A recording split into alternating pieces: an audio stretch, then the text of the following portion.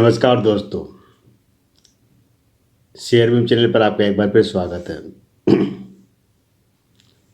दोस्तों, मेरे एक व्यूवर ने एक बात पूछी, बहुत अच्छी बात पूछी, जो कि सबके मन में, हर इन्वेस्टर के मन में एक डर होता है।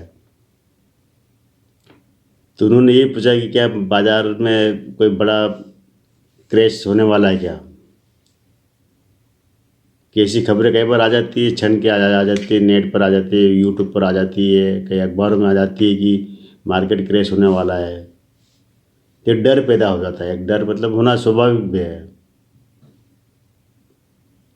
लेकिन क्या मार्केट क्रैश होना इतना आसान होता है क्या? सवाल ये होता है कि किसी ने कह दिया मार्केट क्रैश हो जाएगा तो क्या हो जाएगा, मैंने कह दिया गया तो हो जाएगा क्या, या किसी बड़े उद्योगपति ने कह दिया तो हो जाएगा मार्केट क्रैश? नहीं। मार्केट को न तो मार्केट खुद गिरा सकता है, न ही सरकार गिरा सकती, न ही कोई बहुत बड़ा उद्योगपति गिरा सकता है। कि मार्केट को कुछ इस तरह से डिजाइन किया हुआ है कि यहाँ पर जब तक कोई बहुत बड़ा मामला, चारों तरफ से कोई मामले इकट्ठे नहीं हो जाते हैं, तब तक मार्केट क्रैश नहीं होता है। छोटा मोटा 15-20% का होता है, वो उसको मार्केट क्रैश होना नहीं कहते, वो केवल करेक्शन होता है।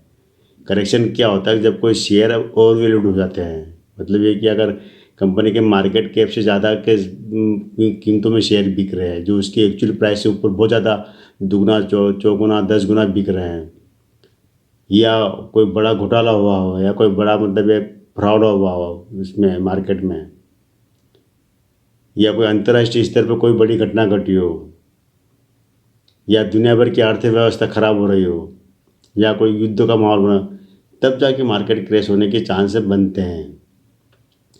छोटी मोटी और मामूली खबरों पर मार्केट क्रैश नहीं हुआ करते, क्योंकि इसको किसी एक व्यक्ति के हाथ में ताकत ही नहीं है कि क्रैश कर सके, गिरा सके मार्केट को। क्योंकि जितने लोग अगर मार्केट को गिराने वाले वे हैं, उससे ज़्यादा लोग मार्केट को संभालने वाले भी बैठे हैं। गिराते कौन है? आपने पता होगा, एक हर्षद मेहता का सुना होगा, हर्षद मेहता जो कांड के उससे मार्केट गिर गया था। लेकिन ये अब कोई ऐसा व्यक्ति है नहीं, लेकिन मार्केट को संभालने वाले भी दिग्गज है बैठे हुए। कह रहे जो आपने देखा होगा, एक बुल होता है और एक बियर होता है, तो उस तरह से एक मंदड़ी और तेजड़ी है। लेकिन यहाँ पर मार्केट को संभालने वाले जो आप और हम लोग क्या करते हैं, आपका कितना एक रिटेल का इन्वेस्टमेंट कितना होता है शेयर मार्केट में? 2 लाख, 4 लाख, 5 लाख, 10 लाख, खूब से खूब 20 लाख होता होगा। रिटेल कभी शेयर मार्केट में इतना पैसा डालता नहीं है।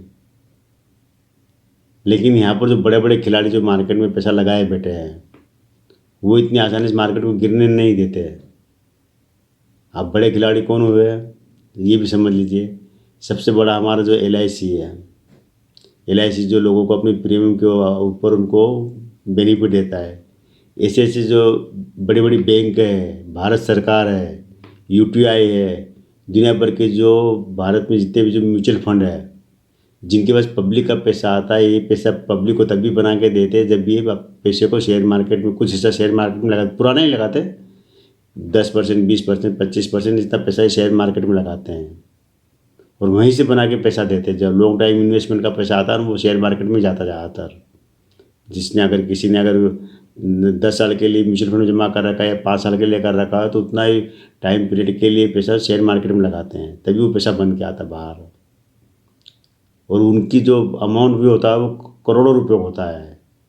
लाख 2 लाख की बात ही नहीं होती, वहाँ पर करोड़ों रुपये इन्वेस्टमेंट होता है, करोड़ों रुपये निकाला जाता है। तो ये लोग जो वो होते हैं जो मार्केट को संभालते हैं, गिरने से संभालते हैं। आपने कई बार देखा होगा कि जब मार्केट गिरना बहुत ज़्यादा गिरना शुरू हो जाता है, कई दिन लगातार कई दिन तक गिरता चला जाता है, तो हमारी सरकार, भारत सरकार भी शेयर मार्केट में पैसा लगाती है ताकि मार्केट संभले। क्योंकि शेयर मार्केट से हमारे देश की अर्थव्यवस्था जुड़ी हुई है। शेयर मार्केट गिरेगा तो कंपनियां धराशायी हो जाएगी, कंपनियां धराशायी हो जाएगी तो उनके जितने भी जो लोन ले रखे बैंक के, वो बैंक फेल हो जाएंगे, क्योंकि वो बैंक कर्जा नहीं चुका पाएंगे, बैंक फेल हो जाएंगे। बैंक फेल होंगे तो सरकार की अर्थव्यवस्था खत्म हो जाएगी। इसलिए शेयर मार्केट को बनाए रखना बहुत जरूरी होता है, और शेयर मार्केट को बनाने के लिए बड़े बड़े दिग्गज बैठे हुए हैं।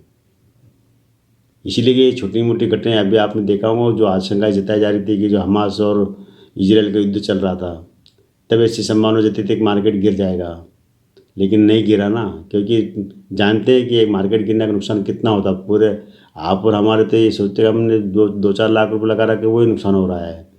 लेकिन जो देश की और अर्थव्यवस्था, दुनिया भर की अर्थव्यवस्था खिला जाता है मार्केट। हमारे शेयर मार्केट कई दुनिया भर के शेयर मार्केट से भी जुड़ा हुआ रहता है, क्योंकि वहाँ के जो इन्वेस्टर पैसा यहाँ लगाते हैं, यहाँ के इन्वेस्टर वहाँ पैसा लगाते हैं, तो सब एक दूसरे से जुड़े हुए हैं। तो यहाँ पर मार्केट को गिरने से ज़्यादा संभालने वाले बैठे हैं। तो इसलिए आपको ये आशंका रखना ही नहीं चाहिए कि मार्केट गिरेगा या कब गिरेगा, 30% गिरेगा। फिर ये ऐसी खबरें अगर आती है तो आपको ऐसी खबरों पर ध्यान ही नहीं देना है, क्योंकि आप अगर पिछला रिकॉर्ड उठा के देखेंगे 20 साल, 30 साल, 40 साल का, तो मार्केट जब भी गिरा हुआ एक बहुत बड़ी वजह रही है, जिससे अभी 2020 में गिरा था। कोरोना सबसे बड़ी वजह थी कि कोरोना के कारण दुनिया भर के सब कुछ बिजनेस खत्म हो गए थे, बिजनेस ठप हो गए थे, अर्निंग ही नहीं हो रही थी, उत्पादन नहीं हो रहा था। वो सबसे बड़ी बात थी, मार्केट में सेल ही नहीं हो रही थी चीज़ें, चाहे वो साइकिल बनाने वाला हो चाहे कार बनाने वाला हो, कोई चीज़ सेल ही तो सारे दो धंधे उत्पादन ठप पड़ा था, इसलिए मार्केट क्रैश हुआ था। हर्षद मेहता के समय सारे बैंकिंग सिस्टम को उन्होंने चुना लगा, इस कारण मार्केट क्रैश हुआ था। 2008 में मार्केट इसलिए क्रैश हुआ था कि दुनिया भर के बैंक में जो अमेरिका का जो बड़े बड़े जो बैंक थे, वो बैंक पर दिवालिया हो गए थे, जिससे पूरी अर्थव्यवस्था गड़बड़ा गई थी और इकोनॉमी, हमारे देश की इकोनॉमी भी डामाडोल हो गई थी पूरी दुनिया की। तब जाके मार्केट क्रैश हुआ था। क्योंकि मैंने बताया ना कि एक मार्केट क्रैश होना खाली इतना नहीं समझना चाहिए कि हमारे शेयर का पैसा डूब गया, पूरी देश की अर्थव्यवस्था को हिला के रख देता है। इसीलिए सरकार है, हर देश की सरकार है, शेयर मार्केट को संभालने के लिए ऐसे उद्योगपति ऐसे तैयार रखते हैं, हर वक्त तैयार रखती है। ऐसे बड़े बड़े उद्योगपतियों को तैयार रखती है, ऐसे बड़े बड़े इन्वेस्टरों को कि जो कि मार्केट को क्रैश होने से पहले संभाल रहे हैं, और वो संभालते आगे आगे संभालते हैं। आपने देखा होगा बीच में जो 2020 के अंदर, इसके पहले देखा होगा कि LIC ने मार्केट में पैसा लगाया, और उसके पहले सरकार ने लगा, उसके पहले मतलब ये तैयार रहते हैं हमेशा कि मार्केट को गिरने से बचाना है। तो आपके पास अगर इसी की खबर है, आपको ऐसी आशंका है कि मार्केट गिरेगा, तो ये दिमाग से निकाल दो, कोई डरने की जरूरत नहीं है। हाँ, ये जरूर करना कि एक अच्छे शेयर में इन्वेस्ट करके रखो आप। तो उसमें क्या कि अगर कभी थोड़ा बहुत अगर 10-20% का अगर कुछ करेक्शन आया भी तो वो वापस रिकवर हो जाएगा। और 20% गिरने, मार्केट का गिरना नहीं कहते, मार्केट तब गिरता है जब मार्केट 50% 40% गिर जाता है, तब क्रैश होना मानते हैं। तो जिन्होंने मुझसे शायद प्रीति जिंदल जिन्होंने पूछा था, तो आप निश्चिंत होकर रहिए, मार्केट गिरने की कोई खबर नहीं है, और कोई ऐसे चांस भी नहीं, दूर दूर तक चांस नहीं कि अभी आने वाले दिनों में मार्केट गिरे। हाँ, 2024 के चुनाव के बाद क्या होता है स्थिति, तब तक हम कुछ नहीं कह सकते हैं कि चुनाव का रिजल्ट क्या रहेगा। ये अभी जो विधानसभा चुनाव से ज़्यादा फर्क नहीं पड़ेगा, जो मेन चुनाव होंगे, केंद्र चुनाव होंगे 2024 के, तब क्या होता है उस दिन पता चलेगा कि मार्केट। लेकिन क्रैश होना एक अलग, आप क्रैश से एक शब्द है ना, डरावना शब्द है। क्रैश मतलब इसको करेक्शन से जोड़ लो, आप करेक्शन यूज़ करा करो, तो उससे आपको थोड़ी घबराहट कम होगी। बाकी इससे कोई दिक्कत नहीं है, निश्चिंत होकर सो आराम से। अगर आपने अच्छे शेयर में इन्वेस्ट किया हो, जो मैंने बताया उनमें किया, तो आपको कोई ज़्यादा, किसी को भी, जो भी इन्वेस्टर है उस किसी को भी घबराने की ज़रूरत नहीं है। तो ठीक है, आपकी कुछ आशंकाएं मैंने दूर कर दी होगी शायद।